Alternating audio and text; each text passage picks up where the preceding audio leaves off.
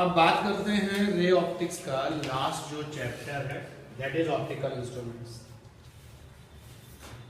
Optical instruments. अगर हम इस चैप्टर के आसान वाले क्वेश्चन देखें, सिंपल क्वेश्चन देखें, तो ऑप्टिकल इंस्ट्रूमेंट्स के अगर सिंपल क्वेश्चन देखें तो सबसे पहले आप अगर रिजॉल्विंग लिमिट और रिजॉल्विंग पावर दो चीजें अगर जानते हैं तो डेफिनेटली ये आसान से जो क्वेश्चंस हैं वो आपके हो जाएंगे। रिजॉल्विंग पावर, रिजॉल्विंग लिमिट्स क्या है? दो ऑब्जेक्ट के बीच की मिनिमम डिस्टेंस, जिससे कम डिस्टेंस पर अगर हमने उनको रख दिया तो हमारा ऑप्टिकल इंस्ट्रूमेंट उनको रिजॉल्व नहीं कर सकता। रिजॉल्व करने का मतलब है कि अलग अलग और एक साथ देखना। जैसे हम यहाँ पर जो है दो डॉट्स बनाते हैं, एक डॉट ये एक डॉट ये, तो मैं इन दोनों डॉट्स को देख रहा हूँ और मुझे पता है कि ये दो हैं और मुझे ये भी पता है कि ये अलग अलग है। रिजॉल्व करने का क्या मतलब है? रिजॉल्व करना मतलब दो डिफरेंट ऑब्जेक्ट्स को एक साथ देख पाना, एक साथ देखना, और इस अप्रोच के साथ कि वो दोनों डिफरेंट है, ये रिजॉल्व करने का मतलब है। तो रिजॉल्विंग लिमिट क्या होती है? आपके पास में ये दो ऑब्जेक्ट है, मान लो ये ए ऑब्जेक्ट है, ये बी ऑब्जेक्ट है, इनके बीच का डिस्टेंस कितना है? तुमने कहा मिनिमम डिस्टेंस है। तो हमने कहा कि अगर हम डिस्टेंस को इससे कम कर दें तो क्या होगा? तो आंसर आएगा कि जो ऑप्टिकल इंस्ट्रूमेंट है वो इनको रिजॉल्व नहीं कर पाएगा। तो ये जो मिनिमम डिस्टेंस है, इसी मिनिमम डिस्टेंस को क्या कहते हैं? Resolving limit. तो रिजॉल्विंग लिमिट की डेफिनेशन क्या होगी? It is minimum distance, it is minimum distance between two objects below which, जिससे कम पर, and optical instruments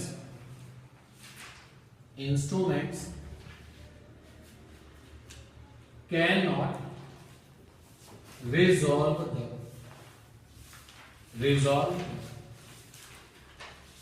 एक्चुअली जो तुमने किया है उसका सही नाम क्या है? Linear resolving limit. उसका सही नाम क्या है? Linear resolving limit. तो ये मिनिमम डिस्टेंस होती है जिसके लिए जब दो ऑब्जेक्ट रखे जाते हैं उससे कम डिस्टेंस पर अगर आप रख देंगे तो ऑप्टिकल इंस्ट्रूमेंट इनको रिजॉल्व नहीं करता है। आंखों के लिए लीनियर रिजॉल्विंग लिमिट की वैल्यू कितनी है? फॉर आईज आपके पास हमने अपने नोट से जरा देख के बताएं, लीनियर रिजॉल्विंग लिमिट कितना है? लीनियर रिजॉल्विंग लिमिट को हम डी मिनिमम से लिखते हैं, तो वो है 0.01 सेंटीमीटर। नहीं मिला क्या? नहीं मिला क्या? Resolving limit. तो लीनियर रिजॉल्विंग लिमिट आंखों के लिए 0.01 सेंटीमीटर, यानी दो अलग अलग ऑब्जेक्ट अगर 0.01 सेंटीमीटर से कम डिस्टेंस पर रखे जाएंगे तो आपकी आंखें को दोनों को रिजॉल्व नहीं कर पाएंगे। रिजॉल्व का मतलब एक साथ, लेकिन इस फीलिंग के साथ ये दोनों कैसे हैं? अलग अलग देखना। अब जरा ध्यान देना, जब दो चीजें लीनियर रिजॉल्विंग लिमिट पर रखी होंगी, ये ऑब्जेक्ट ए है, ये ऑब्जेक्ट बी है, इनके बीच का डिस्टेंस डी मिनिमम, इससे कम नहीं किया जा सकता। और ये हमारा ऑप्टिकल इंस्ट्रूमेंट है, ये ऑप्टिकल इंस्ट्रूमेंट है। तो ये दोनों ऑब्जेक्ट हमारे ऑप्टिकल इंस्ट्रूमेंट्स पर कुछ एंगल बना रहे होंगे, या इस एंगल को कहते हैं angular resolving limit. Angular resolving limit की डेफिनेशन क्या हो जाएगी? लीनियर रिजॉल्विंग लिमिट पर, इंस्ट्रूमेंट पर दोनों ऑब्जेक्ट जो एंगल बनाते हैं, that is called the angular resolving limit. तो angular resolving limit is angle formed by two different objects.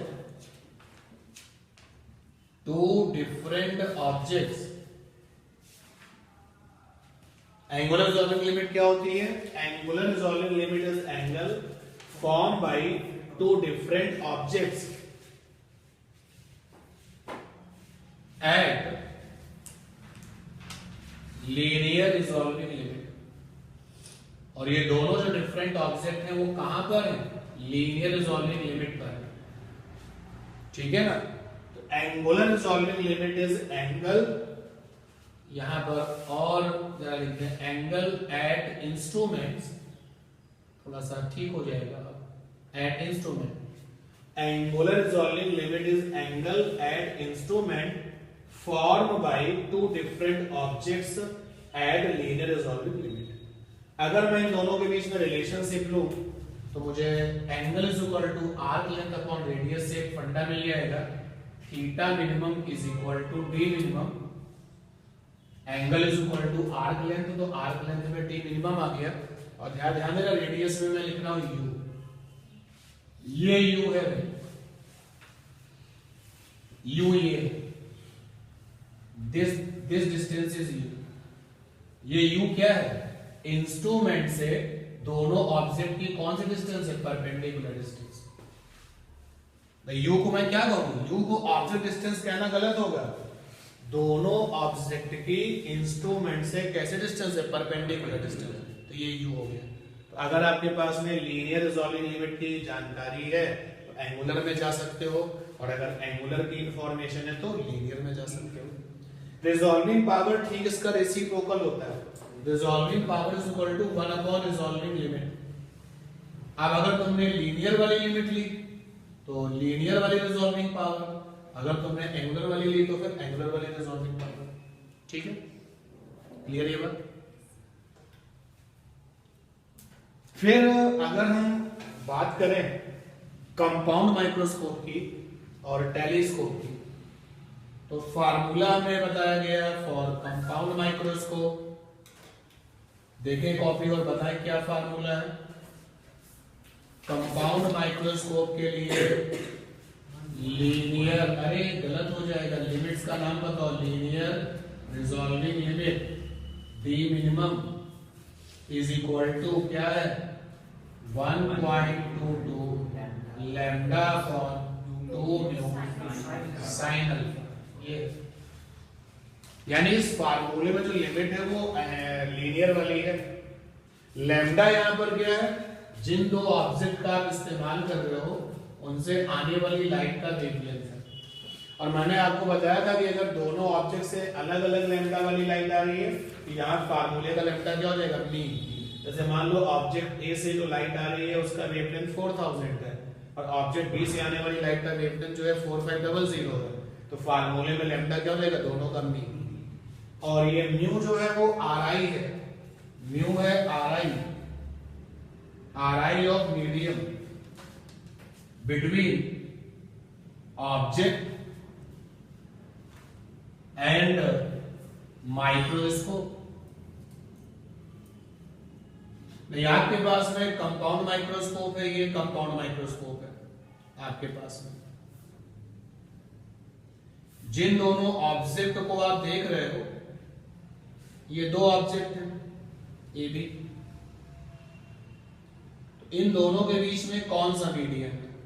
कुछ कहा जाएगा तो ठीक है, अदरवाइज क्लियर तो एज्यूम करेंगे। ये देखिए, तो वो मीडियम है आपका। और अल्फा क्या है? अल्फा जो है देखो ना, दोनों ऑब्जेक्ट से जब लाइट चलती है और माइक्रोस्कोप के पास पहुंचती है तो कोण बनता कि नहीं बनता है? और इसी कोण एंगल को हम लोग क्या कहते हैं? Theta minimum. क्या कहते हैं? Theta minimum. इसका जो आधा है वो alpha, and that is why alpha को कहते हैं सेमी कोण एंगल। क्या कहते हैं? सेमी कोण एंगल। और जो ये पूरा पूरा म्यू साइन अल्फा है, पूरा पूरा म्यू साइन अल्फा, इस पूरे पूरे म्यू साइन अल्फा को क्या कहते हैं? Numerical aperture. और इस रिजल्ट से हमें ये भी पता चलता है कि लैम्डा के कम होने से रिजॉल्विंग लिमिट क्या हो जाती है, कम हो जाती है। तो माइक्रोस्कोप, कंपाउंड माइक्रोस्कोप की लिमिट का फार्मूला ही है। अगर हम बात करें टेलीस्कोप की, तो टेलीस्कोप के लिए जो रिजॉल्विंग लिमिट है उसका जरा फार्मूला बताइए, और ये भी बताइए कि उस लिमिट में कौन सी लिमिट है फॉर टेलीस्कोप। टेलीस्कोप के लिए जो फार्मूला है वो है angular resolving limit. Angular resolving limit theta minimum is equal to क्या, 1.22 लैम्डा बाई कैपिटल डी। है फार्मूला ये कि नहीं टेलीस्कोप के लिए? फॉर अ टेलीस्कोप फार्मूला नहीं मिल रहा। 1.22 lambda upon capital D. Telescope की जो लिमिट का फार्मूला है वो एंगुलर लिमिट है। ये देखिए टेलीस्कोप बनाया मैंने, टेलीस्कोप, ये दोनों ऑब्जेक्ट हैं, इनको रिजॉल्व कर रहा है, तो आने वाली लाइट फिर से वही कोण बनेगा। ये है तुम्हारा थीटा में 1.22 lambda by capital D. Capital D क्या है? कैपिटल डी है डायमीटर। डायमीटर भी कहते हैं, अपर्चर भी कहते हैं। किसका aperture? Of objective lens.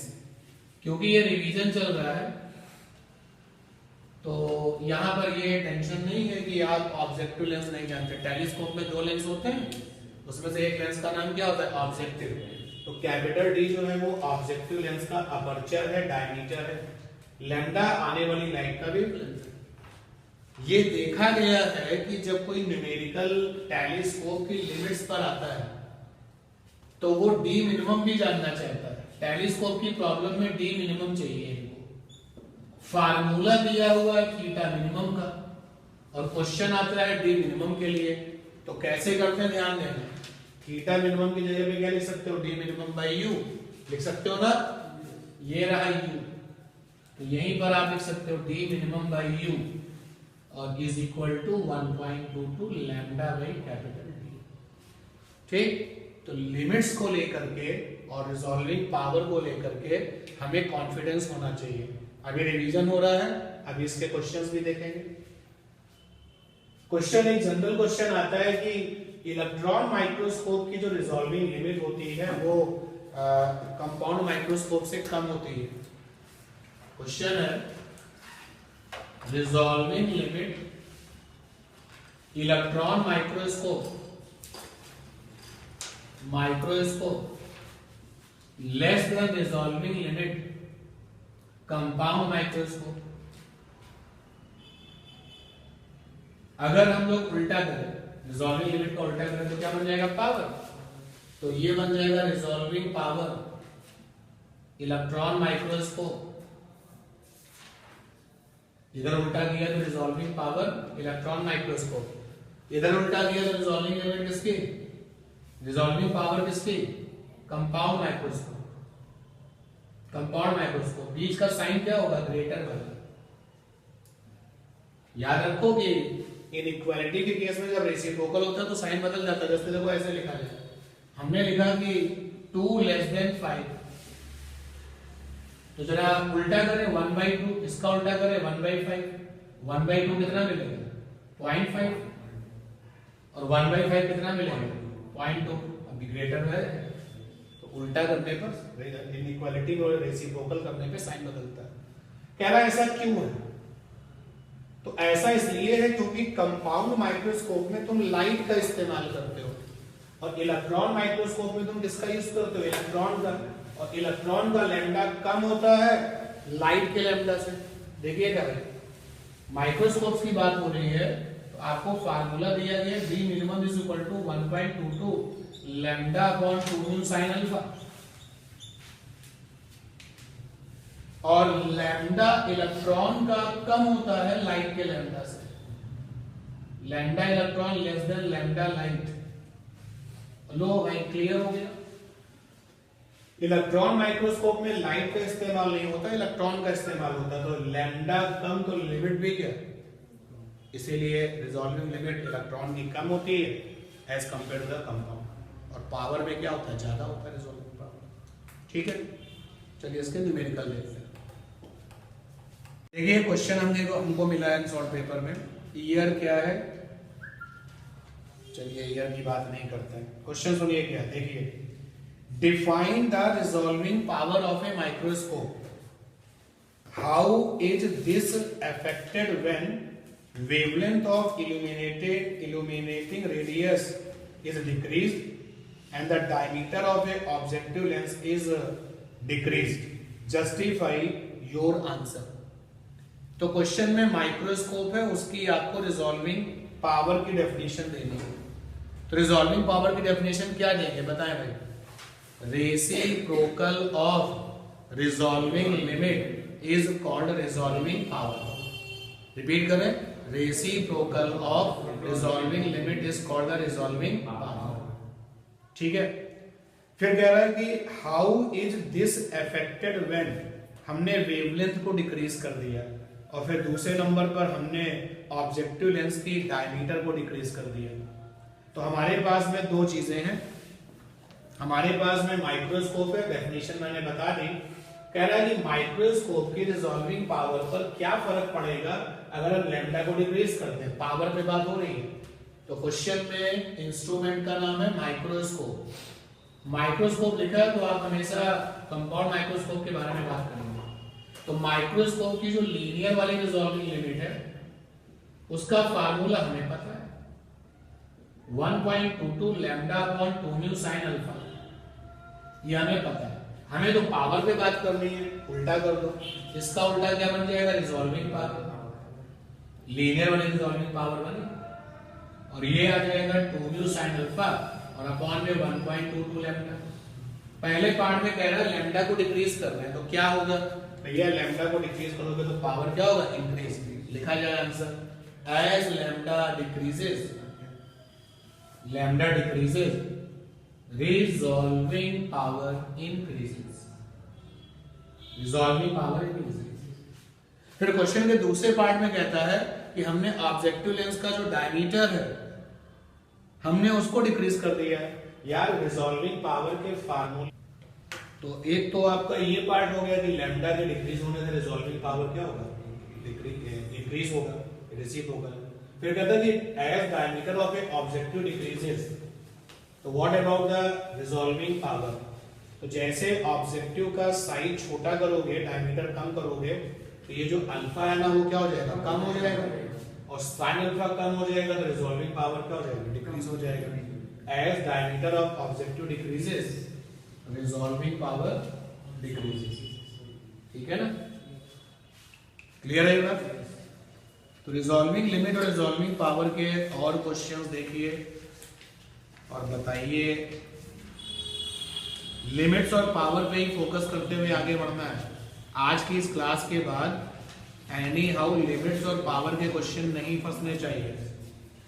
Magnifying power के क्वेश्चन है तो ठीक है, कोई बात नहीं, उनको छोड़ देंगे।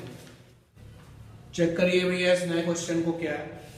To convex lenses of the same focal length but the apertures A1 and A2, apertures मतलब डायमीटर, और A2 less than A1 are used as the objective lenses in the two astronomical telescope having the identical eyepieces. What is the ratio of their resolving power? Which telescope will you prefer and why? Give reason. Question में आपके पास में दो convex lenses है, focal length same. आपके पास में दो convex lenses है जिनकी फोकल लेंथ सेम, और लेकिन उनके अपर्चर अलग अलग है। तो क्वेश्चन में हमारे पास में एक कॉन्वेक्स लेंस है और इसका जो अपर्चर है, अपर्चर मतलब डायमीटर, इसका A1 है, और वैसा ही सेम फोकल लेंथ का दूसरा कॉन्वेक्स लेंस है। Same focal length convex lens है हमारे पास में दूसरा, और इसका जो अपर्चर है वो A2। और क्वेश्चन में ये कहा गया है कि A2 A1 से बड़ा है। मेरे पास एक टेलीस्कोप है, टेलीस्कोप में आई पीस होता है जिसको आप आई लेंस कहते हो और ऑब्जेक्टिव लेंस होता है। एक दूसरा टेलीस्कोप है उसमें भी आई लेंस होता है और ऑब्जेक्टिव लेंस होता है। और क्वेश्चन में दोनों टेलीस्कोप के eye lens same to same है। क्वेश्चन में ऐसा कहा गया है कि दोनों टेलीस्कोप के जो आई लेंसेज है वो कैसे सेम है। तो ऑब्जेक्टिव लेंस में हमने इसको ले लिया और इस वाले में ऑब्जेक्टिव लेंस में इसको ले लिया। तो कह रहे हैं कि किसका रिजॉल्विंग पावर बड़ा होगा छोटा होगा। अगर मैं इस टेलीस्कोप की रिजॉल्विंग पावर को लिखता हूं RP1 और इस टेलीस्कोप की रिजॉल्विंग पावर को लिखता हूं RP2, जरा दोनों का रेशियो निकाला जाए। टेलीस्कोप की रिजॉल्विंग पावर लिमिट्स का क्या होता है उल्टा। तो आपको पता है कि थीटा मिनिमम का फार्मूला होता है 1.22 लैम्डा बाई टी। उल्टा कर दो तो d अपॉन 1.22 लैम्डा। यहां से आ जाएगा d1, d1 माने अपर्चर। क्वेश्चन में अपर्चर कितना है a1, यहाँ पर a1 अपॉन 1.22 लैम्डा और यहाँ पर आ जाएगा a2 अपॉन 1.22 लैम्डा। लैम्डा को लेकर के क्वेश्चन में कोई बात कही जा रही है नहीं कही जा रही, तो इसका मतलब दोनों के लैम्डा क्या रखेंगे सेम, दोनों में लाइट का इस्तेमाल करेंगे तो सेम लैम्डा की।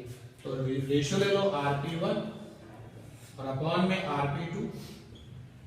रेशियो लेने पे क्या आएगा a1 upon a2, 1.22 lambda cut हो जाएगा। अब देखिए a2 बड़ा है a1 छोटा है, ऊपर छोटा है नीचे बड़ा है तो लेस देन क्या हो जाएगा 1। यहां से हो जाएगा RP1 लेस देन RP, यानी इस वाले टेलीस्कोप रिजॉल्विंग पावर कम होगी और इसकी कह रहा तुम किसको प्रेफर करोगे, जिसकी रिजॉल्विंग पावर ज्यादा होगी उसको हम प्रेफर करेंगे। तो जो A2 अपर्चर वाला टेलीस्कोप होगा उसको बोलेंगे ये अच्छा है, इसी को आप यूज करिए। ठीक है, क्योंकि हम ये चाहते हैं कि हमारे ऑप्टिकल इंस्ट्रूमेंट्स की रिजॉल्विंग पावर ज्यादा हो और रिजॉल्विंग लिमिट क्या हो कम। ठीक, ऑप्टिकल इंस्ट्रूमेंट में जो रिवाइज हो चुका है कंप्लीट रिजल्ट में,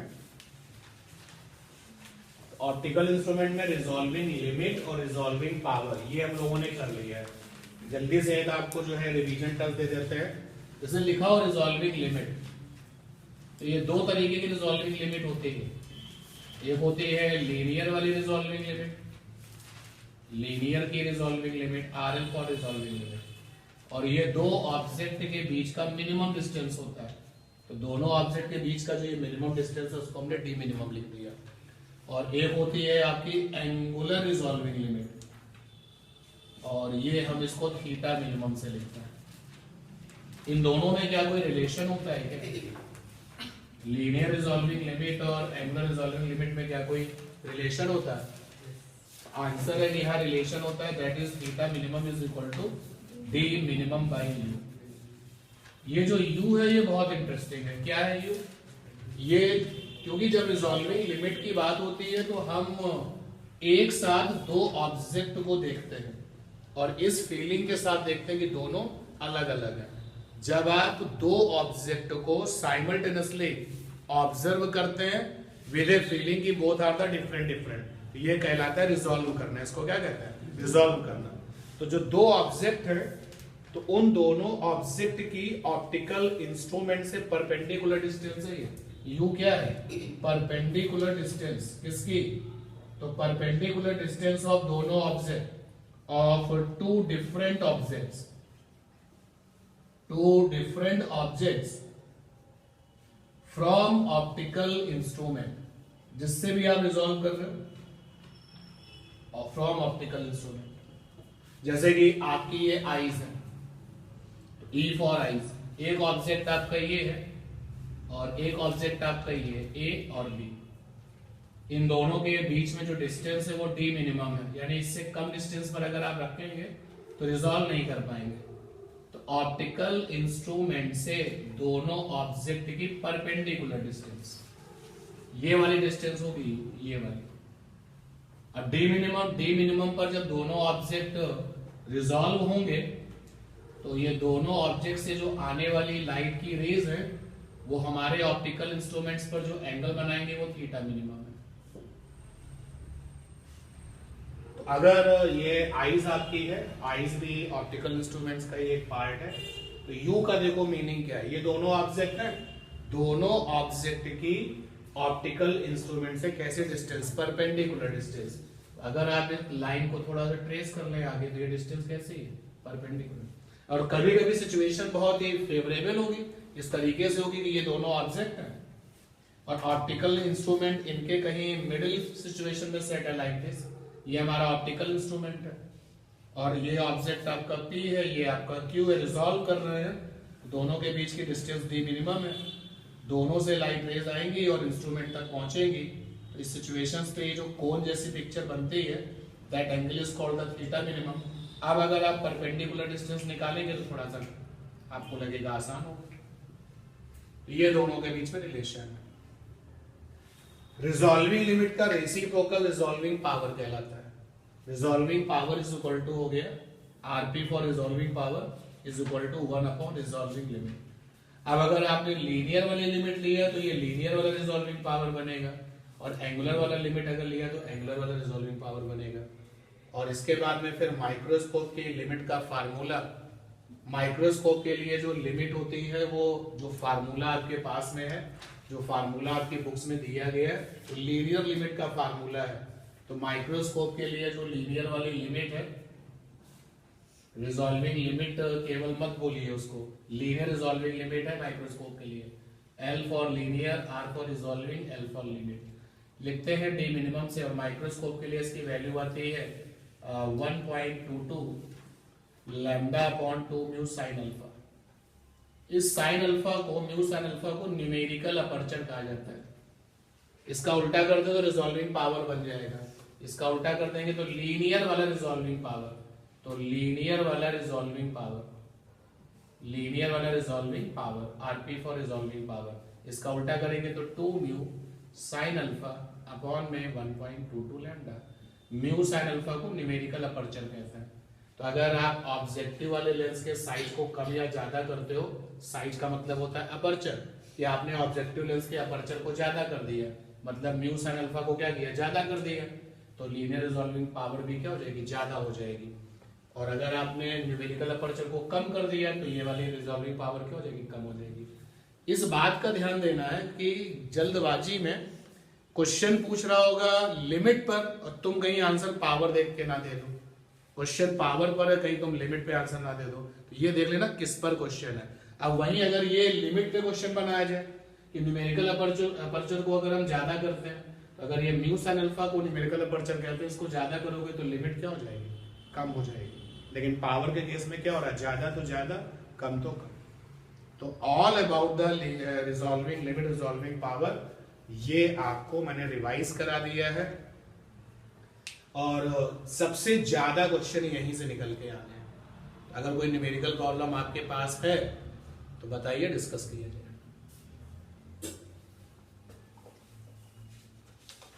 नहीं है तो ऑप्टिकल इंस्ट्रूमेंट में एक फिजिकल क्वांटिटी होती है मैग्नीफाइंग पावर। मैग्नीफाइंग पावर, इसको हम लोग कैपिटल M से लिखते हैं और इसके दूसरे नाम क्या क्या है, एंगुलर मैग्निफिकेशन, एंगुलर मैग्निफिकेशन। और कभी कभी क्या होता है कि इसको मैग्निफिकेशन कहा जाता है तो कंफ्यूजन हो जाता है, क्योंकि मैग्निफिकेशन का मतलब तो लीनियर मैग्निफिकेशन भी होता है। तो मैंने आपको सिखाया है, बार बार बताया है कि ऑप्टिकल इंस्ट्रूमेंट के साथ, RW देखिए, ऑप्टिकल इंस्ट्रूमेंट, आप जानते हैं कि आपको माइक्रोस्कोप और टेलीस्कोप पढ़ना होता है। ऑप्टिकल इंस्ट्रूमेंट के साथ अगर ये टर्म मैग्निफिकेशन आए, मैग्निफिकेशन, टर्म मैग्निफिकेशन आए, तो ऑलवेज थिंक मैग्नीफाइंग पावर। तो मैंने आपको ये भी बताया मैग्नीफाइंग पावर। जैसे हमने कहा कि माइक्रोस्कोप का मैग्निफिकेशन 200 है, तो मैंने माइक्रोस्कोप का नाम लिया और उसके साथ में क्या टर्म यूज किया, मैग्निफिकेशन। तो मैं किसकी बात कर रहा हूं, मैग्नीफाइंग पावर। तो वैसे तो ये तरीका सही नहीं है, लेकिन क्वेश्चन जब बनते हैं, आपकी टेक्स्ट बुक में जब क्वेश्चन देखोगे तो एंगुलर मैग्निफिकेशन और मैग्नीफाइंग पावर को सिंपली मैग्निफिकेशन भी लिखा गया है, जबकि मैग्निफिकेशन से बच्चे को कंफ्यूजन होगा। तो आपको ये याद रखना चाहिए, थोड़ा सा आदत की बात होती है कि अगर ऑप्टिकल इंस्ट्रूमेंट का नाम लिया जा रहा है और उसके साथ में ये मैग्निफिकेशन टर्म आ रहा है, तो आपकी अपनी अप्रोच किस पर आएगी, मैग्नीफाइंग पावर। क्या होता है भाई ये होता है बीटा बाई अल्फा, सभी के लिए जितने भी आपके optical instruments, beta by alpha. ये बीटा क्या चीज होती है भाई? तो बीटा होता है विजुअल एंगल, विजुअल एंगल जो आंखों पर बनता है, और form by image, form by image. अब इसी पर क्वेश्चन बन सकता है कि ये जो बीटा है वो visual angle form by image है या फिर फाइनल इमेज है। आंसर है फाइनल इमेज, क्योंकि ऑप्टिकल इंस्ट्रूमेंट्स में कई बार जो है इमेज बनती है और फिर क्या बनती है, फाइनल इमेज। तो अगर यहां पर कोई पूछे कि इमेज लिखना सही है या फाइनल इमेज, तो फिर आंसर है फाइनल इमेज। ध्यान दें, मैंने विजुअल एंगल की डेफिनेशन आपको बता दी है, लिखाई नहीं है, पहले लिखा चुका हूं। विजुअल एंगल आंखों पर बनता है और ये इमेज बनाता है बाय द फाइनल इमेज। आंखों के ऊपर फाइनल इमेज ने जो भी एंगल बनाया that is called the beta, और उसको visual angle form by the image कहते हैं। अल्फा क्या है यहाँ पर? अल्फा है विजुअल एंगल, और ये कौन बनाता है आंखों पर? Form by object, form by object. Alpha को, बीटा को और भी कुछ नाम से जानते हैं क्या, बताएं भाई? अल्फा और बीटा को कुछ और भी नाम से जानते हैं क्या? अल्फा को कहते हैं angular size of object, angular size of object. और बीटा को क्या कहते हैं? बीटा को कहते हैं एंगुलर साइज ऑफ इमेज। जैसे मैंने आपसे कहा कि टेलीस्कोप ने angular size of image 40 degree दिया है, तो यानी मैं किसकी बात कर रहा हूं, बीटा की। तो बीटा को एंगुलर साइज ऑफ इमेज भी कहा जाता है और अल्फा को एंगुलर साइज ऑफ ऑब्जेक्ट भी कहा जाता है। विजुअल एंगल वो एंगल होता है जो आंखों पर बनता है, कभी ऑब्जेक्ट से बनता है तो कभी इमेज से बनता है। ऑब्जेक्ट से बनता है तो भी उसको विजुअल एंगल कहते हैं, और by the form by the object हो गया। और अगर इमेज से बनता है तो विजुअल एंगल तब भी कहलाता है, फॉर्म बाय द इमेज हो गया। और जो ऑप्टिकल इंस्ट्रूमेंट है वो क्या करते हैं? समवन इज आस्किंग कि what do you mean by optical instrument? Optical instruments क्या है, आपको उसके बारे में लिखना है। ऑप्टिकल इंस्ट्रूमेंट्स क्या होते हैं, चाहे वो टेलीस्कोप हो या फिर माइक्रोस्कोप हो या कोई और, किनको हम ऑप्टिकल इंस्ट्रूमेंट्स कहेंगे? ऑप्टिकल इंस्ट्रूमेंट्स क्या हैं? ये ऐसी डिवाइसेस हैं, दीज आर डिवाइसेस जिनका काम है which these are devices which form beta greater than alpha, ऐसे लिखे, these are devices for which beta greater than alpha, beta greater than alpha। ये ऐसी डिवाइसेस होती हैं जिनको ये ट्रेनिंग मिली होती है कि जब भी ये बीटा वाला विजुअल एंगल बनाएंगे तो हमेशा अल्फा से क्या होगा, बड़ा नहीं होगा, बहुत बड़ा होगा, बहुत बड़ा होगा। सो यू कैन से कि जो विजुअल एंगल बढ़ाते हैं उनको क्या कहते हैं, ऑप्टिकल इंस्ट्रूमेंट्स। अब इस बेस पर अगर मैं आपसे पूछूं कि ऑप्टिकल इंस्ट्रूमेंट्स क्या होते हैं, तो आप लिख सकते हो कि दीज आर डिवाइसेस, ये ऐसी डिवाइसेस हैं विच increase visual angle, which increase visual angle। ये लीजिए ऑप्टिकल इंस्ट्रूमेंट्स। माइक्रोस्कोप्स क्या होते हैं? माइक्रोस्कोप्स विजुअल एंगल को बड़ा करते हैं, उनके इस काम को करने का तरीका होता है साइज बड़ा करके। आप देख सकते हैं कि ये हमारे पास में कोई ऑब्जेक्ट है, चलो नाम दे देते हैं ए बी। ये आपकी आंखें, हमारे ऑब्जेक्ट ने आंखों पर विजुअल एंगल बनाया। अगर ऑब्जेक्ट का साइज बड़ा हो जाए तो देखो विजुअल एंगल भी बड़ा हो गया। ऑब्जेक्ट का साइज और बड़ा हो जाए तो विजुअल एंगल भी और बड़ा हो गया। तो यहां से तुम ये देख सकते हो कि विजुअल एंगल जो है वो प्रोपोर्शनल टू साइज होता है। Visual angle proportional to size, किसका साइज? ऑब्जेक्ट का साइज या इमेज का साइज, जिसका भी आप लेना चाहो, साइज ऑफ एनीथिंग। अगर इमेज का साइज बढ़ रहा है तो भी विजुअल एंगल बढ़ रहा है, और अगर ऑब्जेक्ट का साइज बढ़ रहा है तो भी विजुअल एंगल बढ़ रहा है। जनरली किसका साइज बढ़ेगा? इमेज का, क्योंकि जो ऑब्जेक्ट है जैसा वैसा ही रहेगा ना, आप उसमें तो कोई चेंज कर नहीं पाओगे। हाँ, उसकी जो इमेज बनेगी तुम उसमें चेंजेस कर सकते हो, और बड़ी और बड़ी और बड़ी। और फिर एक जगह दूसरा रिजल्ट देखिए भाई, विजुअल एंगल का डिस्टेंस के साथ क्या कनेक्शन है, ये जरा नोटिस करते हैं। ये मैंने एक रेफरेंस लाइन बनाई, एक रेफरेंस लाइन ये बनाई, यहां पर मैंने आईज को कनेक्ट कर दिया, क्योंकि विजुअल एंगल हमेशा आंखों पर बनता है। तो ये आईज है हमारी, ये हमारे पास में कोई ऑब्जेक्ट है, चलो नाम देते हैं PQ। तो इसने विजुअल एंगल बनाया। अब ये ऑब्जेक्ट यहां से यहां पहुंचा, सेम ऑब्जेक्ट है, और अब देखिए विजुअल एंगल फिर से बनाया। अब जो विजुअल एंगल बनाया वो पहले से क्या हो गया? ज्यादा हो गया ना। बोलो भाई, अगर ये ऑब्जेक्ट यहां पहुंच जाए, अब जो विजुअल एंगल बना वो और ज्यादा हो गया, तो डिस्टेंस कम हो रही है तो विजुअल एंगल क्या हो रहा है? बढ़ रहा है। तो हमें पता चल गया कि जो विजुअल एंगल है उनका डिस्टेंस के साथ में इनवर्स का रिलेशन है, 1 डिस्टेंस। और वो डिस्टेंस किसकी? ऑब्जेक्ट की या फिर इमेज की, जैसी सिचुएशन हो आपके पास। तो माइक्रोस्कोप क्या करता है? माइक्रोस्कोप को इस तरीके से बनाया जाता है कि वो विजुअल एंगल बढ़ाते हैं, लेकिन उनके तरीके में क्या होता है? साइज को बड़ा करके वो इमेज के साइज को बड़ा करते हैं और विजुअल एंगल बढ़ाते हैं। ये काम किसका है? माइक्रोस्कोप का है।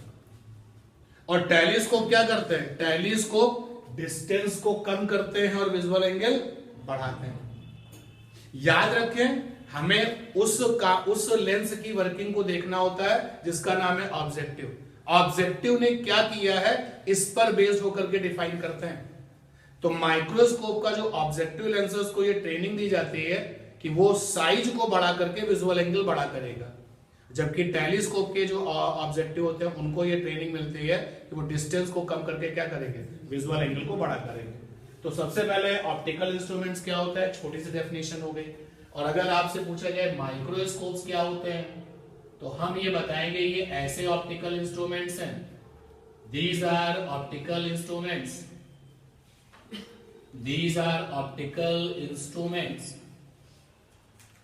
जो कि विजुअल एंगल बढ़ाते हैं, which increases visual angle, VA for visual angle, by increasing size, by increasing size।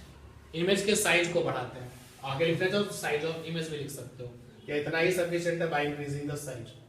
और जो टेलीस्कोप हैं वो भी यही काम करते हैं, लेकिन वो डिस्टेंस को कम करके।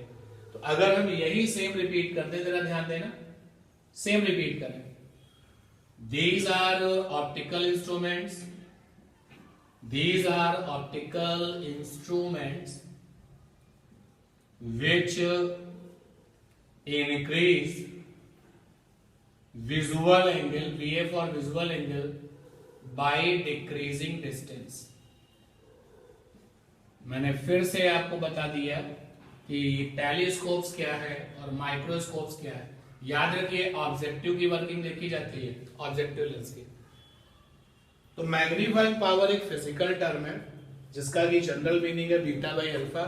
बीटा क्या होता है, अल्फा क्या होता है, विजुअल एंगल किस तरीके से वेरी करते हैं, ऑप्टिकल इंस्ट्रूमेंट्स क्या होते हैं, माइक्रोस्कोप्स क्या होते हैं, टेलीस्कोप्स क्या होते हैं।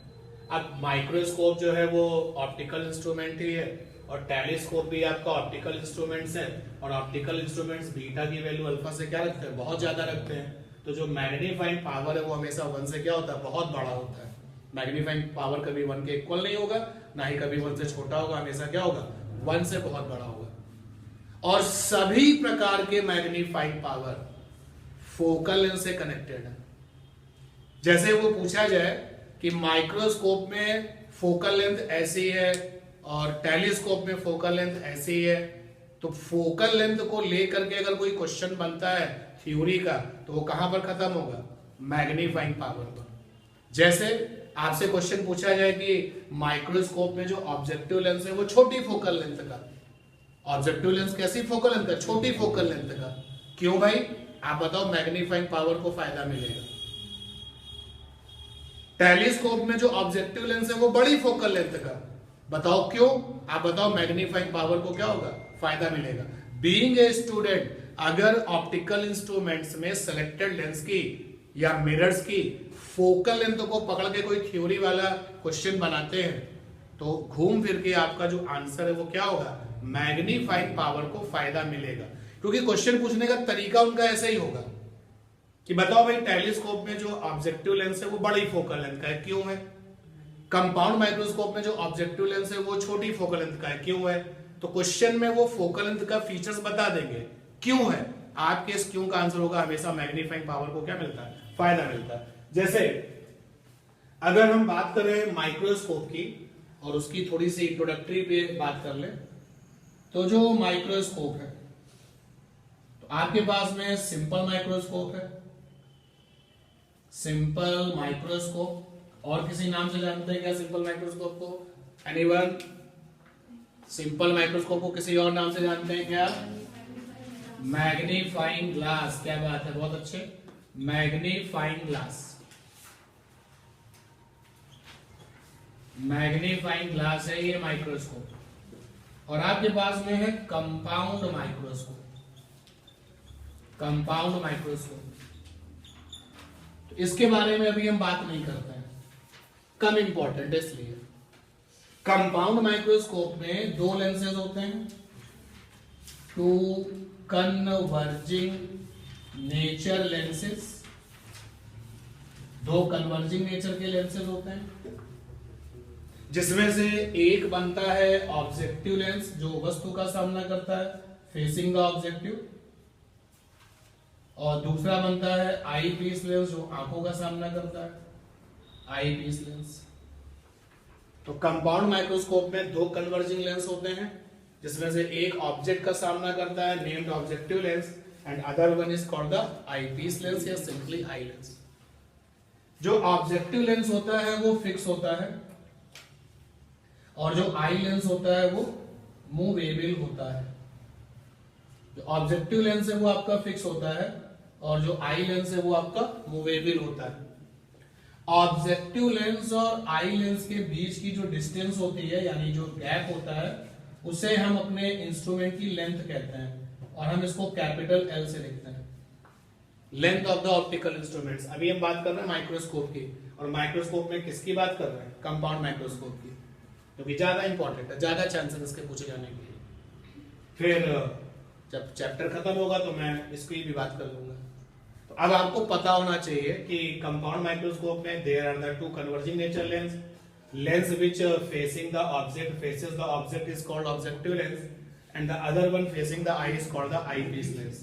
And very important कि objective lens is fixed while the eyepiece lens is movable, and the gap between the objective lens and eyepiece lens is called the length of the optical instrument, यानी कि length of the CM। और compound microscope की length को हम capital L से लिखेंगे।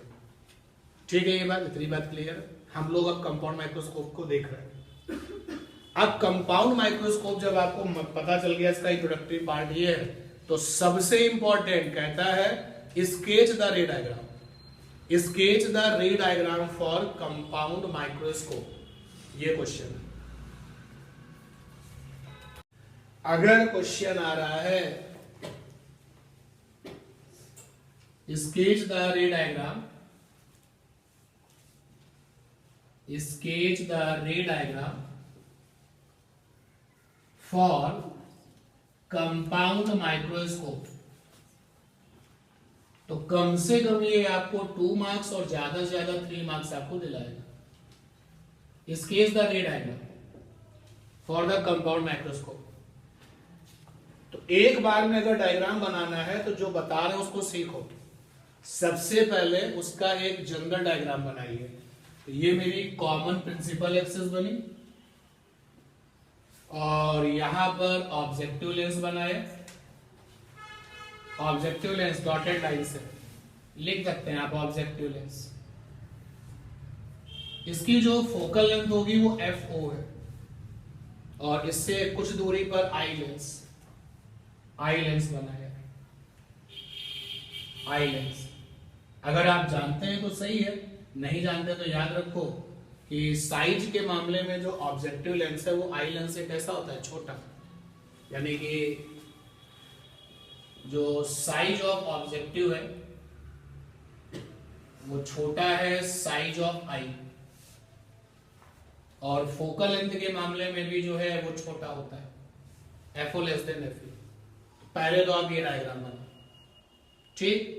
उसके बाद फिर क्या करो, फिर से रिपीट करो। अब ऑब्जेक्टिव क्या करता है पहले वो दिखाएंगे, और फिर ऑब्जेक्टिव जो कर लेता है बाद में आई क्या करता है बाद में वो दिखाएंगे। ऐसा करने से डायग्राम एक ही बारे में बन जाएगा। तो ऑब्जेक्टिव क्या करता है पहले वो दिखाता है। फिर से हमने ऑब्जेक्टिव को लिया, अब ऑब्जेक्टिव के पास में फोकस होगा तो कैपिटल F, यानी फोकस को कैपिटल F से लिखते हैं। ऑब्जेक्टिव है तो FO, और जस्ट डबल डिस्टेंस पे ट्वाइस ऑफ FO। उस तरफ भी आपका FO होगा और ट्वाइस ऑफ FO होगा। अब हमें वर्किंग प्रिंसिपल में ये सिखाया गया है कि ऑब्जेक्ट को कहां रखा जाता है, ये वाली नो बताए। CM में ऑब्जेक्ट कहां होता है, ट्वाइस ऑफ, यानी twice of focus means 2F और F के बीच में। ये वाली नो पता है ऑब्जेक्ट कहां होता है ऑब्जेक्टिव लेंस में, 2F और F के बीच में है। This is ordinary answer. Best चाहिए ना तो FO के जस्ट थोड़ा पीछे, not pass, beyond the FO अगर बेस्ट चाहिए। तो ऑब्जेक्ट कहां होता है आप सब बता रहे हैं कि F और 2F के बीच में, सही है, लेकिन this is not the perfect answer, क्योंकि बेस्ट परफॉर्मेंस तब आती है जब हमारा ऑब्जेक्ट FO के जस्ट थोड़ा सा क्या होता है पीछे। तो हम लोग बेस्ट का डायग्राम बनाएंगे। तो ये लीजिए मैंने ऑब्जेक्ट लिया, FO के थोड़ा सा पीछे रखा। क्यों रखा अभी सब डिस्कस हो जाएगा। AB है ऑब्जेक्ट का नाम, FO के जस्ट थोड़ा सा पीछे। तो ऑब्जेक्टिव वाले लेंस से इस ऑब्जेक्ट की जो डिस्टेंस है दैट इज UO, उसको UO कहते हैं, UO, ठीक। इमेज बना लेते हैं, जो रूलिंग है हमारे पास। One light ray parallel to principal axis, ये लीजिए, and this one passes through the focus of other side. Other light passes through the optical center and passes without any deviation for the thin lenses. और ये दोनों light जहां कहीं पर भी cut करेंगी that will be the image formed by the objective lens. आपके पास में स्पेस की कोई कमी नहीं होगी, तो ये जहां भी कट कर जाएंगी वहां पर हमको इमेज मिल जाएगी।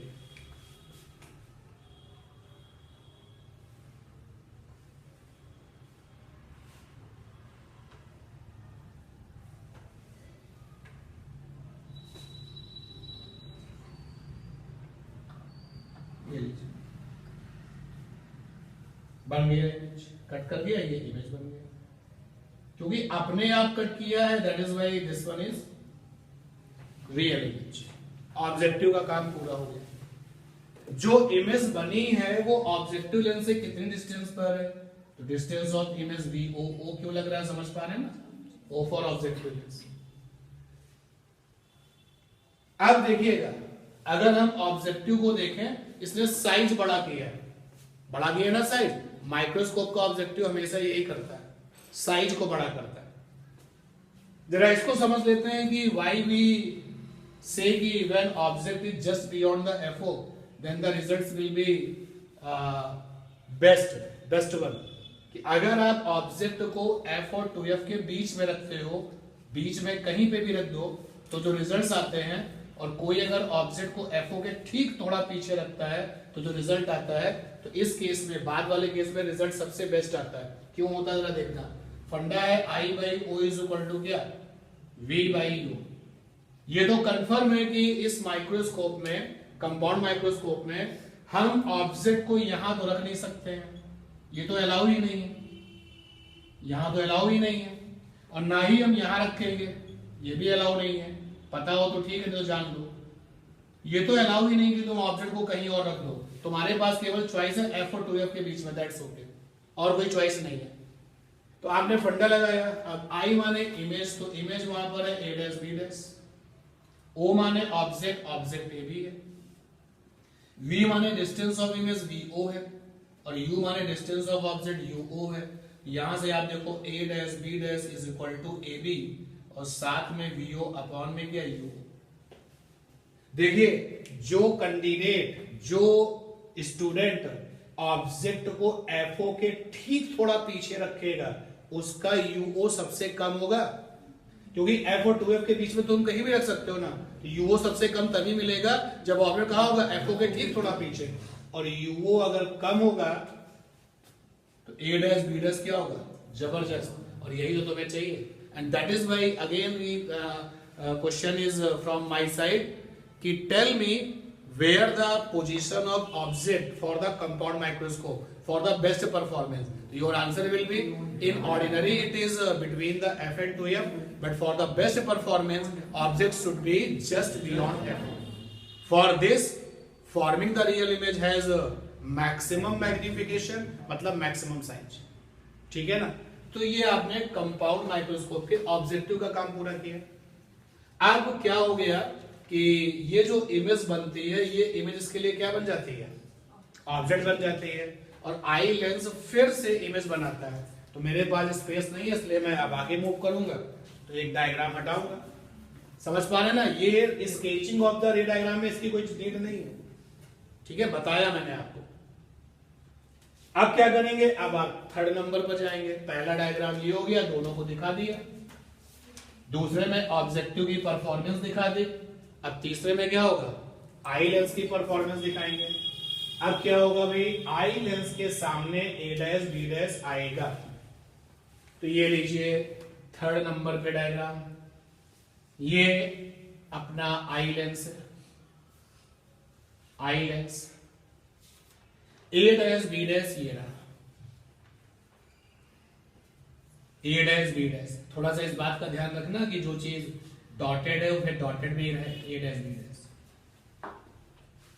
आई लेंस कैसे परफॉर्म करता है, जब कोई चीज उसके फोकस के अंदर आ जाती है। ये बेसिक्स हैं, ये सभी के आई पीस की बात है, चाहे वो टेलीस्कोप का आई पीस हो या फिर माइक्रोस्कोप का आई पीस हो। आई पीस तभी परफॉर्म करेगा जब सामने वाली, उसके सामने जो भी है वो उसके फोकस के अंदर आ जाए। तो A', B' को आई पीस के फोकस के अंदर जाना पड़ेगा। अगर ये अपने आप हो गया है तो अच्छी बात है, A', B' आई पीस के फोकस के अंदर आ गया। अगर अपने आप हो गया है तो अच्छी बात है, नहीं तो तुम्हारा आई पीस क्या होता है, मूवेबल होता है ना। तो अगर आपने यहां पर अपनी आईज को सेट किया, ऑब्जेक्टिव ने तो अपना काम कर दिया, ठीक। अब आपने अपनी आंखों को सेट किया, तुमने कहा कुछ दिख नहीं रहा है, तो घबराना नहीं। हो ये रहा है कि जो A', B' है भी फोकस के अंदर नहीं आया है, तो आई लेंस को थोड़ा सा शिफ्ट करिए आगे पीछे, और जैसे ही A', B' आई पीस के फोकस के अंदर आ जाएगा तो क्या होगा देखते हैं। तो भाई डायग्राम बना, जितनी डिस्टेंस पर आपका इधर आई पीस का फोकस है उतनी डिस्टेंस पे उधर भी होना चाहिए। ये थोड़े से मेजरमेंट रखना भी है। केवल डायग्राम बनाने पर अगर आपको मार्क्स मिल रहे हैं तो फिर इतना काम तो करना ही पड़ेगा। ये लीजिए फोकस, आई पीस का फोकस, आई पीस के ट्वाइस ऑफ फोकस का कोई वहां रोल नहीं है, तो क्यों दिखाएं हम जबरदस्ती। बनाते हैं इमेज फिर से। तो लाइट आई पीस पर गिरेगी, ये लीजिए, और ये फोकस से पास होगी, जाने दीजिए फोकस से। और दूसरी वाली क्या होगी, ऑप्टिकल सेंटर से पास होगी, ठीक। पहले नंबर पर दोनों लेंसेज को दिखाया थोड़ा गैप पर, फिर बाद में क्या किया, ऑब्जेक्टिव की परफॉर्मेंस दिखा दी, और उसके बाद में आई लेंस की परफॉर्मेंस आप देख पा रहे हैं। और जब कोई ऑब्जेक्ट कन्वर्जिंग लेंस के फोकस के अंदर आता है तो कैसी इमेज बनती है? वर्चुअल की मैग्नीफाइड। देखिए वही होने वाला है कि आगे जाकर के तो ये रेस कट नहीं करेंगे, जब आप पीछे ट्रेस करेंगे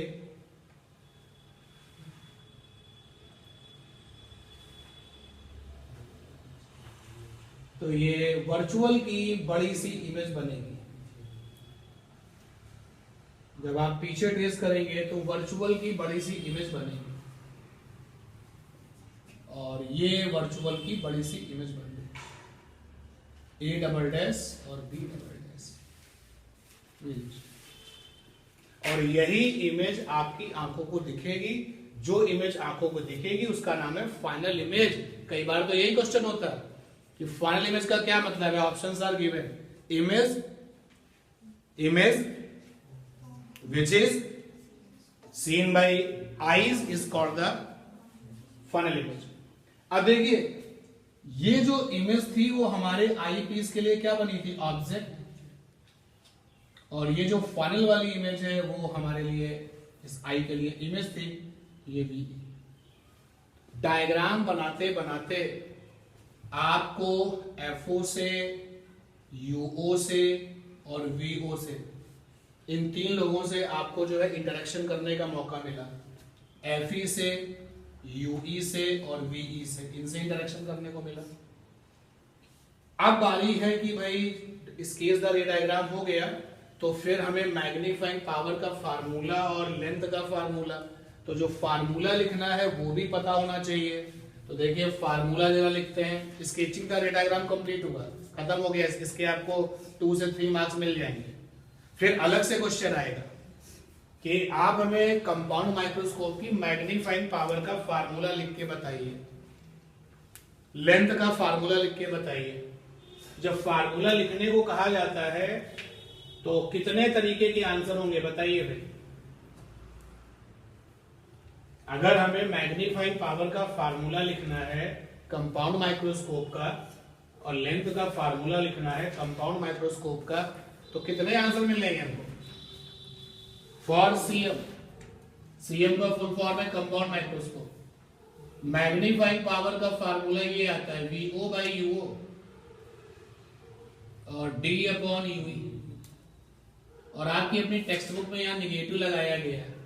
एक्चुअली नेगेटिव का कोई रोल नहीं है, तो चूंकि टेक्स्ट बुक में लगाया गया इसलिए लगा दिया।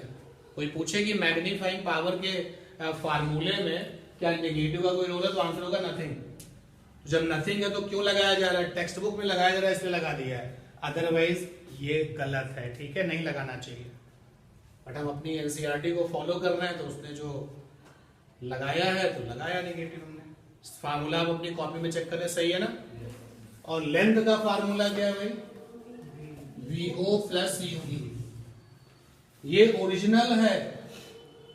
अब स्पेशल में चलते हैं।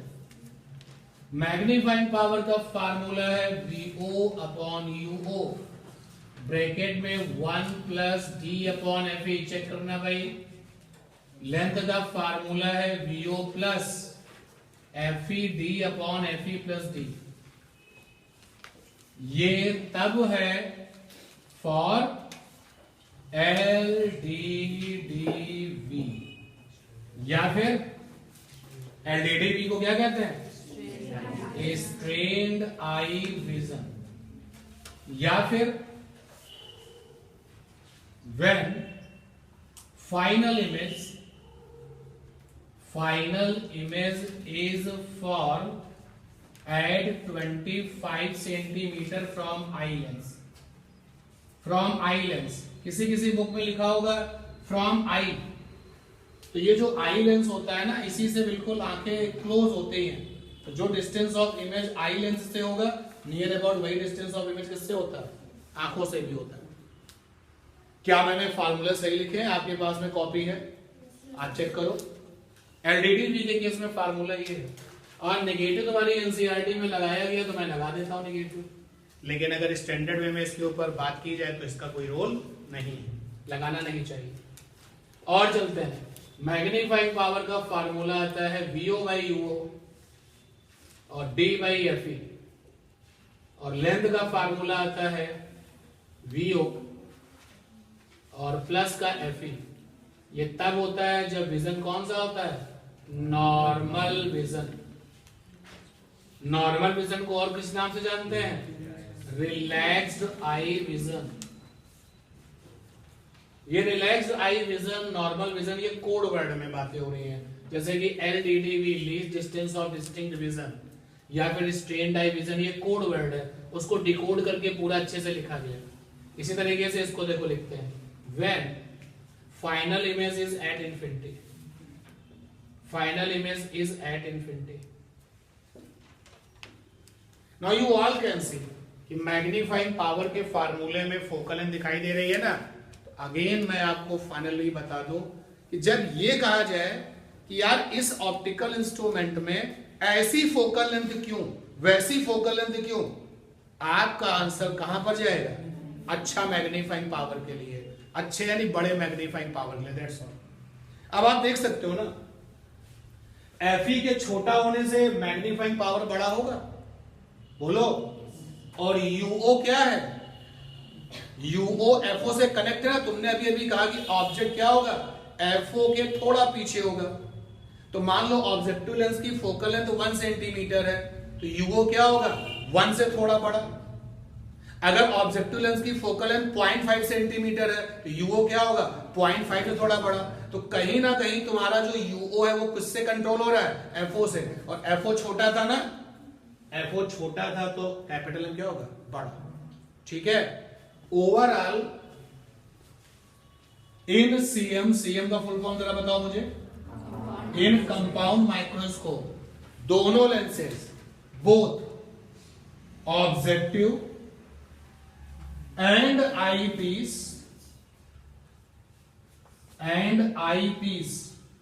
हैविंग छोटी focal length, having small focal length,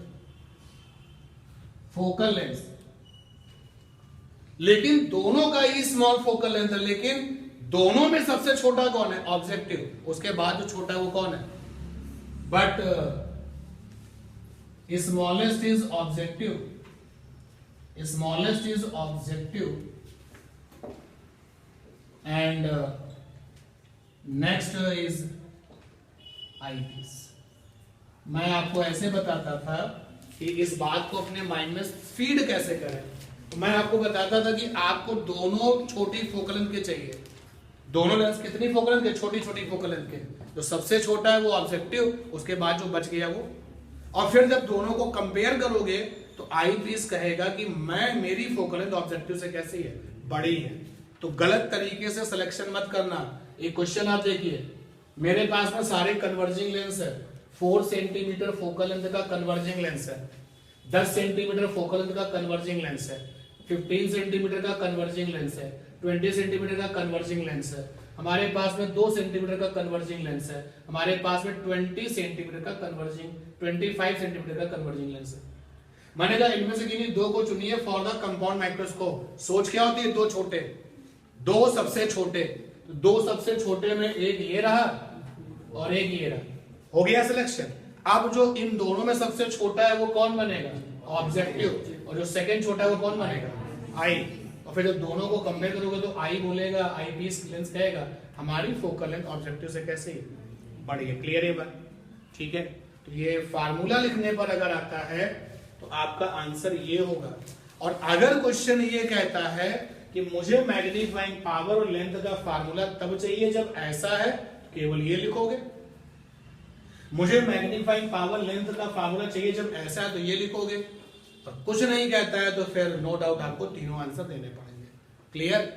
और अगर न्यूमेरिकल बनता है तो न्यूमेरिकल जब भी आपके सामने आएगा तो या तो इस केस में आएगा या तो इस केस में आएगा। मान लो कि लेंथ पर कोई न्यूमेरिकल आएगा, देखेंगे और अपने अनसॉल्व पेपर में कोई क्वेश्चन मिलेगा, 100% मिलेगा तो करेंगे भी। फिलहाल अभी मैं आपको जो है फिनिशिंग टच दे रहा हूं। अगर कोई न्यूमेरिकल आया, कहता है मुझे अपने माइक्रोस्कोप की लेंथ चाहिए, कुछ नहीं बताया, तो हमेशा कौन सा विजन लेके चलते हैं? चाहे लेंथ का कोई न्यूमेरिकल हो या मैग्नीफाइंग पावर का कोई न्यूमेरिकल हो, वैसे तो आपको बताएगा विजन कौन सा है। या तो LDDV वाला विजन होगा या फिर आपका नॉर्मल विजन होगा। कुछ नहीं कहता है तो हमेशा किसके लिए बात करेंगे? नॉर्मल विजन के लिए। नॉर्मल विजन की बातों को कहने के तरीके उनके पास में बहुत सारे हैं, जब हम न्यूमेरिकल करेंगे तो उनको भी देखेंगे। फिलहाल normal vision, relaxed eye vision, final image infinity, वे सारी चीजें हमने आपको बताई। ठीक, अगर हम बात करें सिंपल माइक्रोस्कोप की, ये आपका कंपाउंड, तो प्रॉब्लम आप देख सकते हैं। A compound microscope has an objective length of focal length 2 centimeter, FO की value 2 centimeter, and eyepiece length of the focal length 6.25 centimeter, FA की value 6.25 centimeter, separated by a distance of 15 centimeter. दोनों लेंसों के जो बीच का distance है वो 15 centimetre, that is L for length, capital L for length दिया गया है। हाउ फार, FAR फार मतलब distance, how far from the objective should an object be placed in order to obtain the final image at least distance of distinct vision, bracket में 25 centimeter. What is the magnifying power of the microscope? तो पहले उन्होंने पूछा है कि मैं objective lens से कितनी दूरी पर ऑब्जेक्ट रखूं। क्वेश्चन में हमको FO दिया गया है 2 सेंटीमीटर, क्वेश्चन में FE दिया गया है 6.25 सेंटीमीटर, कैपिटल L दिया है 15 सेंटीमीटर, UO पूछा गया है और मैग्नीफाइंग पावर पूछा गया है।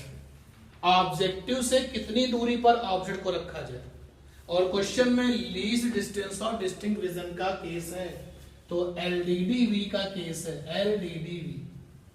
LDDV का मतलब मैंने आपको बताया कि जब फाइनल वाली इमेज 25 सेंटीमीटर पर बनती है तो इसको कहा जाता है ये LDDV है।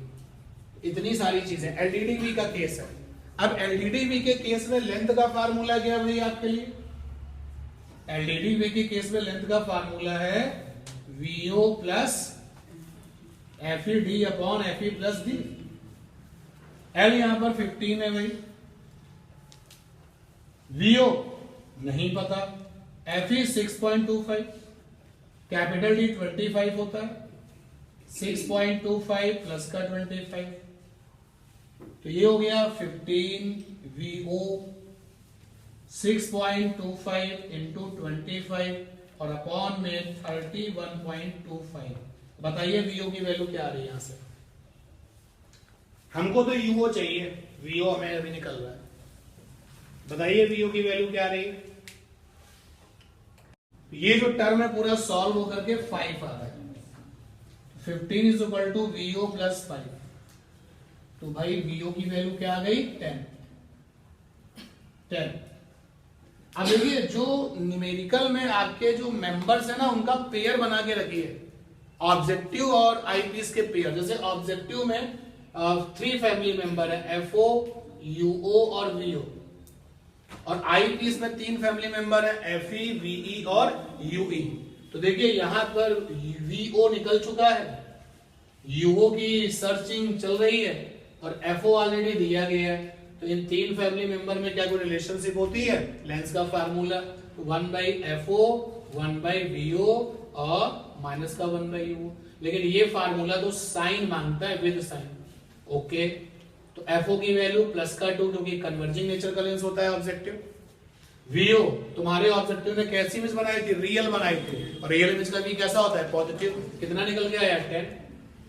UO हमें पता नहीं है, जो नहीं पता है वो अपने आप साइन के साथ आता है, माइनस का 10 1/VO माइनस में एलसीएम आ जाएगा 10, 2 5 जा 10 1 जा, कितना आ गया UO की वैल्यू?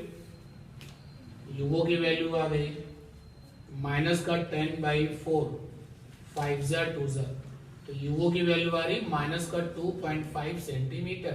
मुझे पता है कि UO की वैल्यू 2.5 सेंटीमीटर है, और ऑब्जेक्ट की डिस्टेंस में जो नेगेटिव आता है वो बताता है कैसा ऑब्जेक्ट है? Real object, real object. ठीक है, एक केस हो गया, एक आंसर हो गया, मुझे UO चाहिए था। अब मैग्नीफाइंग पावर LDDV का केस है, और जब LDDV का केस है तो मैग्नीफाइंग पावर का फार्मूला बोलो भाई, VO अपॉन UO ब्रैकेट में 1 plus E upon FE। NCERT negative लगा देती है, जो कि नहीं लगाना चाहिए, लेकिन क्या करें, मैं भी ये काम कर रहा हूं जिससे कि आपकी हैबिट बनी रहे।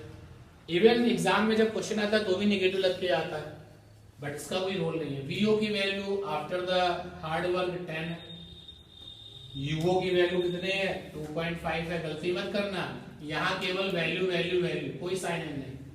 मैग्नीफाइंग पावर में सब कुछ क्या चलता है, वैल्यू वैल्यू वैल्यू, कोई साइन नहीं। और ब्रैकेट में है 1 प्लस डी, डी कितना है 25, एफ कितना है 6.25। नाउ सॉल्व दिस, माइनस का 4 आ गया, अंदर क्या आ जाएगा, ऊपर 25 डबल 0 हो जाएगा, नीचे 625 हो जाएगा। तो 625 25 25 4 सॉल्व कर लेना, देख लेना भाई। m की वैल्यू -20 आ गई, तो मैग्नीफाइंग पावर की वैल्यू कितनी है 20। समवन इज आस्किंग ये नेगेटिव क्या बोलो, मीनिंगलेस है। मैग्नीफाइंग पावर में साइन का कोई मतलब नहीं होगा, तो फिर लगाया क्यों गया, ये एनसीईआरटी की प्रॉब्लम है। बहुत सारे स्टैंडर्ड बुक्स में नहीं लगाया गया, मॉड लिया गया, क्योंकि कोई मतलब ही नहीं है। तो नेक्स्ट क्वेश्चन आप देख सकते हैं, a person with a normal near point capital D बराबर 25 सेंटीमीटर यूजिंग ए कंपाउंड माइक्रोस्कोप। मतलब इस बात से उन्होंने ये बता दिया कि हम कौन से केस में चल रहे हैं, least distance of distinct vision में चल रहे हैं, using a microscope with an objective of focal length 8 millimetre, objective की फोकल लेंथ 8 मिलीमीटर है, and eyepiece of focal length 2.5 centimetre, eyepiece की फोकल लेंथ 2.5 सेंटीमीटर है, can bring an object place 9 millimetre from the objective in sharp focus. तो objective sharp focus का मतलब समझ रहे हो, फोकस के जस्ट पीछे। आप देखिए ना, ऑब्जेक्टिव लेंस की फोकल कितनी है 9, और जो ऑब्जेक्ट की डिस्टेंस है वो कितनी है, सॉरी ऑब्जेक्टिव लेंस की जो फोकल लेंथ कितनी है 8, और जो ऑब्जेक्ट की डिस्टेंस कितनी है 9, थोड़ा सा ही तो पीछे रखा गया। तो कह रहा है कि what is the separation between the two lenses, दोनों लेंसेज के बीच का डिस्टेंस चाहिए और मैग्नीफाइंग पावर चाहिए, जबकि केस कौन सा चल रहा है, LDDV। जरा बताना भाई, FO की वैल्यू कितनी है क्वेश्चन में 8 मिलीमीटर, FA की वैल्यू कितनी है 2.5 सेंटीमीटर, और UO की वैल्यू कितनी है 9 मिलीमीटर। LDDV का केस है और मुझसे लेंथ पूछा है और मैग्नीफाइंग पावर पूछा है, लेंथ पूछा है और मैग्नीफाइंग पावर पूछा है। अब जब लेंथ का फार्मूला हम अप्लाई करेंगे, ये देखिए least distance of distinct vision में लेंथ का फार्मूला ये, देखते हैं कमी कहां पर, 9 मिलीमीटर है यूओ की वैल्यू। यहां पर एफई हमें दिया है, कैपिटल डी जानते हैं, केवल कौन मिसिंग है, और वीओ किस फैमिली का मेंबर है, ऑब्जेक्टिव फैमिली का। ऑब्जेक्टिव फैमिली में 3 लोग होते हैं, एफओ, यूओ और वीओ। अगर कोई गायब होगा ना तो इन्हीं 3 की हेल्प से आएगा। तो इन 3 के बीच में जो रिलेशनशिप होती है अलग अलग, एफओ, वीओ, यूओ। साइन का ध्यान रखना है भाई, ऑब्जेक्टिव कन्वर्जिंग होता है 8 मिलीमीटर प्लस 8, वीओ पता नहीं निकालना है, और यूओ डिस्टेंस ऑफ ऑब्जेक्ट कितना है 9 मिलीमीटर माइनस में, ये आ गया 1/8, नेगेटिव नेगेटिव पॉजिटिव 1/9, 1/वीओ। तो 8 और 9 का एलसीएम बताओ भाई कितना, 72 से कम तो नहीं होगा, 8 9 जा और 9 8 जा, लीजिए वीओ की वैल्यू आ गई, प्लस का 72 आनी भी चाहिए, बट मिलीमीटर है ये, 7.2 क्या है मिलीमीटर, क्योंकि एफओ भी मिलीमीटर में था, यूओ भी मिलीमीटर में था, 7.2 मिलीमीटर। अब ये वीओ हम यहां पर रख देंगे। फिर से मैं दोहरा दूं, मैग्नीफाइंग पावर के फार्मूले में जब वैल्यू रखोगे कोई साइन नहीं, लेंथ के फार्मूले में जब वैल्यू रखोगे तो भी कोई साइन नहीं। फिलहाल तो यहाँ पे प्लस में ही आया क्योंकि रियल इमेज बन रही है, लेकिन मालूम नेगेटिव आता है तो भी हम यहाँ पे क्या रखते हैं वैल्यू, वीओ की वैल्यू कितनी है 7.2 मिलीमीटर। तो जरा सेंटीमीटर बना दो, कितना हो जाएगा, मिलीमीटर के बनाओ सेंटीमीटर क्या बना जाएगा 7.2 सेंटीमीटर, डन ना। तो वीओ की वैल्यू आ रही है 7.2 सेंटीमीटर, एफई की वैल्यू है आपकी 2.5, कैपिटल डी है 25, एफई की वैल्यू है 2.5, कैपिटल डी है 25। सॉल्व कर लीजिए भाई। 7.2 प्लस इस पूरे टर्म को सॉल्व करिए, बताइए कितना है। तो ये सॉल्व करने पर आ रहा है 2.27, ये आ जाएगा 729.47 सेंटीमीटर। एक आंसर हो गया लेंथ का। अब मैग्नीफाइंग पावर का लगाओ फार्मूला, वैल्यूज पुटअप करो, आंसर ले लो। एलडीडीवी का केस है तो capital M is equal to है वीओ बाई यूओ और ब्रैकेट में 1 plus D by F E. VO हमने एफर्ट्स करके निकाला है 7.2 सेंटीमीटर, यूओ आपका है 9 मिलीमीटर, तो 9 मिलीमीटर के सेंटीमीटर बनाओगे तो कितने हो जाएंगे 0.9, ठीक है।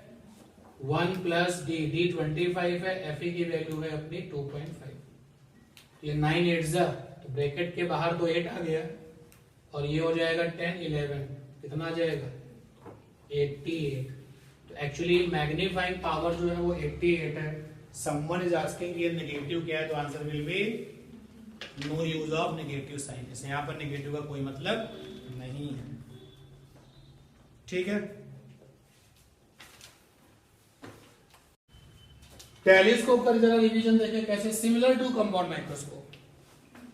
टेलीस्कोप, बहुत सारे टेलीस्कोप हैं। आप जिस टेलीस्कोप की पढ़ाई करते हैं वो कौन सा है, कौन सा है, एस्ट्रोनॉमिकल टेलीस्कोप। सबसे आसान है अगर हम टेलीस्कोप और माइक्रोस्कोप को कंपेयर करें। टेलीस्कोप आपका सिंपल वन है, क्या किया इसमें, इसमें भी आपका ऑब्जेक्टिव लेंस है। कैसा होता है, कन्वर्जिंग होता है, कन्वर्जिंग नेचर। आई पीस लेंस है, कैसा होता है, converging nature, converging nature. Size कैसा होता है, तो ऑब्जेक्टिव का जो साइज है वो बड़ा बड़ा बहुत बड़ा होता है। Size objective greater than greater than greater than greater than size eyepiece. और फोकल लेंथ की बात अगर करें तो फोकल लेंथ ऑब्जेक्टिव की भी बहुत बड़ी होती है compare to eyepiece. Focal length eyepiece.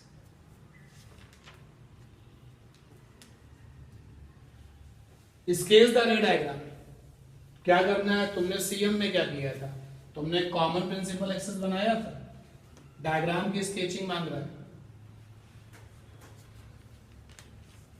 Sketch the ray diagram, तुमने सीएम में दोनों लेंस बनाए थे, ऑब्जेक्टिव बनाया था, आईपीस बनाया था। यहां पर क्योंकि साइज में ऑब्जेक्टिव बड़ा है और आईपीस छोटा है, बन गया।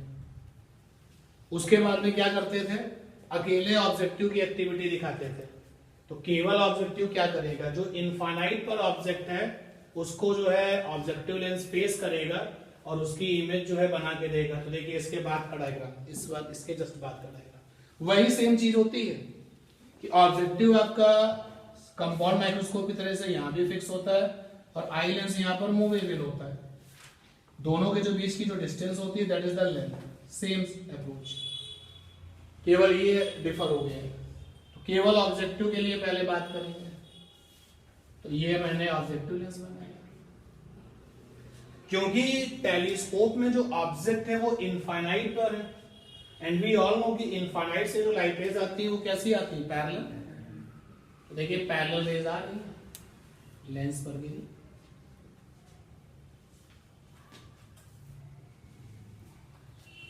पैरेलल रेज आ रही है, लेंस पर गिरी।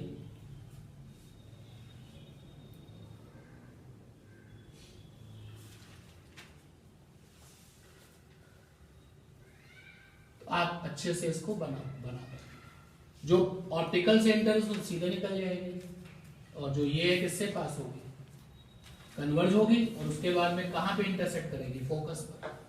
वो रूल याद रखो, इनफाइनाइट पर अगर कोई ऑब्जेक्ट है तो इमेज कहां मिलती है, फोकस पर, एफओ। ये ऑब्जेक्ट है, ये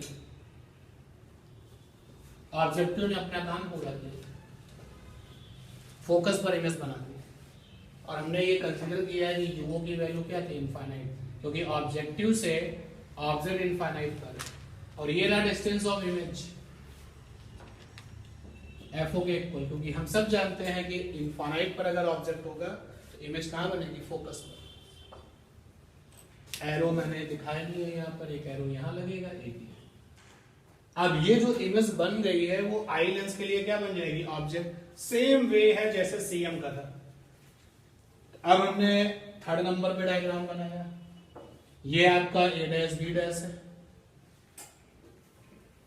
ये आई पीस है, थोड़ा सा ऊपर बनाए क्योंकि मुझे स्पेस चाहिए होगा।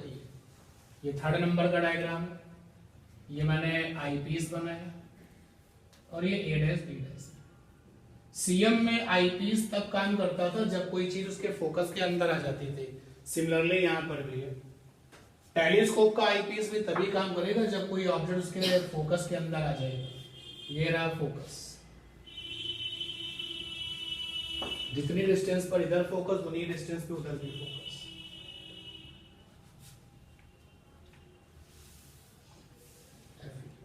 बनाइए। तो अगर आपने रे डायग्राम CM का बनाया है तो एस्ट्रोनॉमिकल टेलीस्कोप का रे डायग्राम बिल्कुल सिमिलर है। जहां जहां चेंजेस हैं उनको काउंट करते रहिए, आगे जाकर के तो इनको मिलना नहीं है। ये बन गई फाइनल इमेज A' B'। ये UE है क्योंकि, और ये क्या है, VE। हो गया। स्केचिंग द रे डायग्राम में आप ऐसे काम करिए। मैग्नीफाइंग पावर का फार्मूला लिखना और लेंथ का फार्मूला लिखना। तो कैपिटल M होता है माइनस का FO अपॉन UE और लेंथ का फार्मूला होता है FO प्लस का UE। नॉर्मल विजन में, स्ट्रेन डाई विजन में क्या होता है, तो स्ट्रेन डाई विजन में होता है FO अपॉन FE ब्रैकेट में 1 plus FE by D। Notes देखना भाई है, मुझे फार्मूले याद है कि नहीं जरा चेक करना। और लेंथ का फार्मूला होता है FO plus FE D upon FE plus D। ये है LDD वाला केस, जब लीस्ट डिस्टेंस और डिस्टिंक्ट विजन है। नॉर्मल विजन में क्या होता है, माइनस का FO अपॉन FE और लेंथ का होता है FO प्लस। ये कौन सा विजन है, नॉर्मल विजन। ठीक है, बोलो भाई। ओके।